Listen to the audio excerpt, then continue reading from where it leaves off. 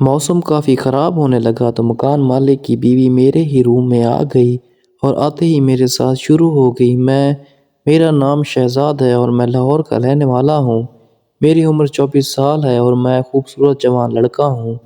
میں نوکری کی تلاش میں تھا۔ مجھے گھر سے دور دوسرے علاقے میں نوکری مل گئی، اس لیے مجھے اپنا گھر چھوڑ کر دوسرے علاقے جانا پڑا۔ اس لیے مجھے رہنے کے لیے کچھ جگہ درکار تھی۔ میں آفس میں بیٹھا یہی سوچ رہا تھا کہ آفس کا ایک لڑکا میرے پاس آیا اور مجھ سے کہنے لگا، میں نے تمہارے لیے رہنے کا بندوبست کر لیا ہے۔ تم سچ کہہ رہے ہو؟ میں نے خوشی سے پوچھا۔ ہاں سچ کہہ رہا ہوں، تم آرام سے وہاں پر رہو گے۔ مکان مالک اور صرف اس کی بیوی رہتے ہیں گھر میں اور گھر کے درمیان چھوٹی سی دیوار ہے۔ لڑکی تمہاری ہر ضرورت کا بھی خیال رکھے گی، میرے دوست نے مجھے آنکھ مارتے ہوئے کہا۔ میں چونک کر اس کی جانب دیکھنے لگا اور اس کی کہی بات مجھے اچھی نہیں لگی۔ میں شریف لڑکا تھا، مجھے صرف مکان چاہیے تھا۔ اپنا خیال میں خود رکھ لوں گا، میں نے اسے کہا، اور پھر کچھ دیر بعد وہ مجھے مکان دکھانے کے لیے لے آیا۔ ایک کمرہ تھا، میرے لیے مناسب تھا۔ میں نے وہاں رہنے کے لیے حامی بھر دی۔ مجھے آپ کا مکان اچھا لگا، میں کل سے یہیں شفٹ ہو جاؤں گا یہاں۔ میں نے مکان مالک سے کہا، ہاں ٹھیک ہے، جب دل چاہے آ جانا اور کسی چیز کی فکر مت کرنا، تمہیں سب کچھ دے دیا کرے گی، کھانا بھی بنا کر دے گی۔ اس آدمی نے مسکرا کر کہا۔ کچھ دیر کے لیے میرے ذہن میں برے خیالات آئے، مگر میں نے انہیں مسترد کر دیا اور نہ میں سر ہلا کر وہاں سے چلا گیا، اور اگلے ہی دن اپنی ضروریات کا کچھ سامان لے کر میں نئے گھر میں شفٹ ہو گیا۔ سارا دن سامان لگا کر میں تھک چکا تھا، اس لیے آنکھیں مون کر لیٹ گیا۔ اٹھیے کھانا کھا لیں۔ میرے کانوں میں ایک لڑکی کی آواز پہنچی۔ میں نے فوراً سے اپنی آنکھیں کھولی تو دیکھا کم عمر لڑکی خوبصورت ہاتھ میں ٹرے اٹھائے کھڑی ہوئی ہے۔ اسے دیکھ کر کچھ لمحوں کے لیے میں بے ساختہ ہو گیا، اور وہ میرے سامنے آئی اور میرے سامنے جھک کر کھانے کی ٹرے رکھی اور میری آنکھوں میں دیکھنے لگی۔ میں نے نظریں دوسری جانب کر لی۔ اس تکلف کی کیا ضرورت تھی؟ میں نے کہا، بازار سے کھانا لے آتا۔ میں دھیرے سے کہا۔ وہ میرے مقابل میں بیٹھی اور کہنے لگی، مہمان نوازی کرنا مجھے اچھا لگتا ہے۔ آپ کو کسی بھی چیز کی کوئی ضرورت ہو تو مجھے کہہ دینا، میں اسی وقت آپ کی فرمائش پوری کر دوں گی۔ وہ میرے ہاتھ پر اپنا ہاتھ رکھتے ہوئے بولی۔ اس کی اتنی بے تکلفی سے مجھے گھبراہٹ ہونے لگی اور میں اس سے کچھ فاصلے پر بیٹھ گیا۔ تبھی کمرے میں مالک مکان آیا اور اسے دیکھ کر میں گھبرانے لگا کہ پتہ نہیں وہ ہم دونوں کو ایک ساتھ دیکھ کر کیا سوچے گا۔ میں سویا ہوا تھا، آپ کی بیوی کھانا لے کر آ گئی۔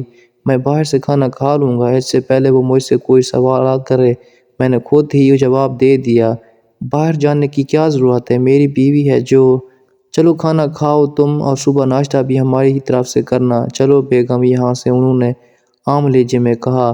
میں ہلکا سا مسکرایا اور پھر وہ دونوں کمرے سے چلے گئے۔ ان دونوں کے جانے کے بعد میں نے کمرے کا دروازہ بند کیا۔ عجیب لوگ ہیں یہ سب، یا میں کچھ زیادہ ہی برا سوچ رہا ہوں؟ میں نے من ہی من میں کہا اور پھر کھانا کھانے لگا۔ کھانا بہت مزے کا بنا تھا، میں سارا ہی کھا گیا اور پھر سکون سے سو گیا۔ اگلی صبح میری آنکھ کسی کے ہنسنے کی آواز سے کھلی۔ اتنی صبح کون ہنس رہا ہے، وہ بھی میرے کمرے کے باہر؟ میں نے حیران ہو کر پوچھا اور پھر بستر سے نکل کر کمرے کا دروازہ کھولا تو دیکھا سامنے آفس کا لڑکا اور مالک ایک دوسرے کے بہت قریب ہو کر کھڑے باتیں کر رہے ہیں۔ مجھے دیکھ کر وہ دونوں ایک دوسرے سے کچھ فاصلے پر کھڑے ہوئے۔ تم اتنی صبح یہاں کیا کر رہے ہو؟ میں نے اپنے آفس کے لڑکے سے سخت لہجے میں پوچھا۔ کچھ نہیں، تم سے ملنے آیا ہوں، سوچا تمہارے کام میں مدد ہی کر لوں، لیکن تم تو میرے کمرے کا دروازہ بند کر کے ایسے سوئے ہو جیسے کمرے میں کوئی لڑکی چھپا رکھی ہے۔ وہ اندر کمرے میں جھانکنے کی کوشش کرتے ہوئے بولا، کیا فضول بکواس کر رہے ہو تم؟ سوچ سمجھ کر بولا کرو اور جاؤ یہاں سے، آفس میں ملیں گے۔ اس کی کہی بات مجھے بالکل اچھی نہیں لگی اور میں نے اسے جھڑک دیا۔ ہاں میں جا رہا ہوں، لیکن شام کو تمہارے گھر آؤں گا، وہ مجھے آنکھ مار کر بولا اور پھر وہاں سے چلا گیا۔ مالکن اب بھی وہیں کھڑی تھی، وہ مجھے کردار کی کچھ اچھی معلوم نہیں ہو رہی تھی۔ آپ یہاں کیا کر رہی ہیں؟ میں نے پوچھا۔ میں آپ کو ناشتہ کے لیے بلانے آئی تھی، جلدی سے آ کر ناشتہ کر لیں ورنہ ٹھنڈا ہو جائے گا۔ ایسے مالک مکان کی بیوی میرے قریب آتے ہوئے بولی۔ میں یہ بات محسوس کر رہا تھا کہ وہ جب بھی مجھ سے بات کرتی ہے میرے نزدیک آ جاتی ہے۔ آپ جائیں میں فریش ہو کر آتا ہوں، میں نے کہا اور پھر واش روم میں چلا گیا۔ کچھ دیر بعد ناشتہ کرنے مالک کے گھر آیا اور تازہ ناشتہ بنا رہی تھی۔ میں صحن میں بیٹھا، مجھے مالکن کہیں دکھائی نہیں دے رہے تھے۔ آپ کے شوہر کہاں ہیں؟ کہیں دکھائی نہیں دے رہے۔ مالکن جب ناشتہ لے کر میرے پاس آئی تب میں نے پوچھا، وہ تو کام پر چلے گئے ہیں۔ وہ میرے مقابل میں بیٹھ کر بولی۔ اس کی بات سنتے ہی میں اپنی جگہ سے کھڑا ہوا۔ مجھے یہ بات ناگوارا گزر رہی تھی کہ میں اکیلے گھر میں ایک پرائی عورت کے ساتھ رکوں۔ یہ بات آپ مجھے پہلے بتا دیتی، میں چلتا ہوں، میں اتنا کہہ کر آگے بڑھا، مگر اس نے میرا ہاتھ پکڑ کر مجھے جانے سے روک دیا اور کہنے لگی، آپ اگر ناشتہ کیے بنا چلے گئے تو میرا شوہر مجھ سے بہت خفا ہو جائے گا۔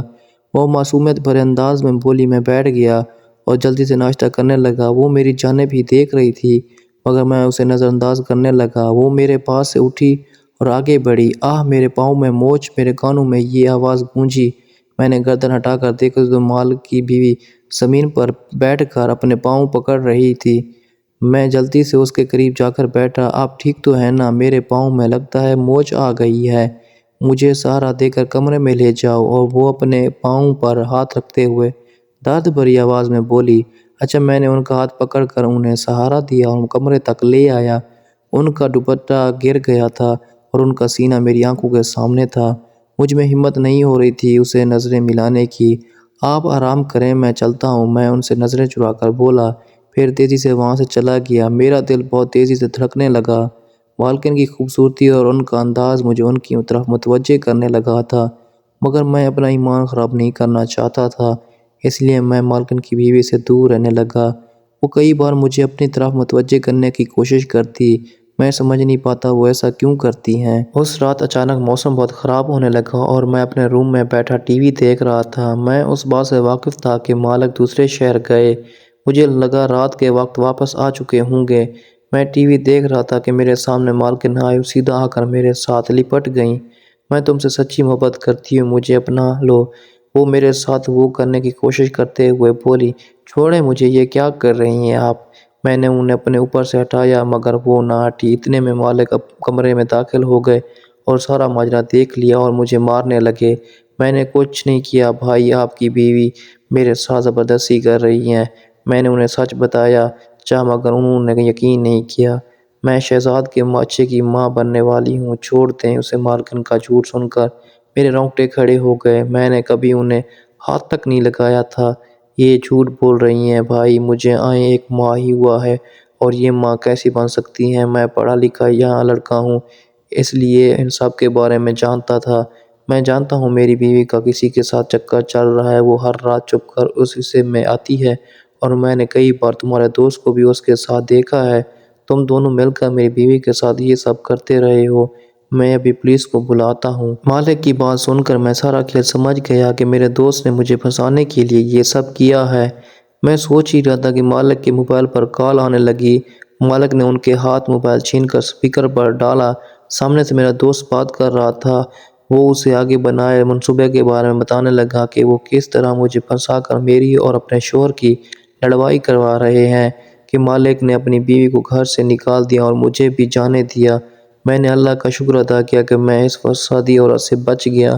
میں اپنے گھر واپس آ گیا اور وہ جاب بھی چھوڑ دی۔ دوستو، اگر آپ ہمارے چینل پر نیو ہیں تو چینل کو سبسکرائب کر دیں۔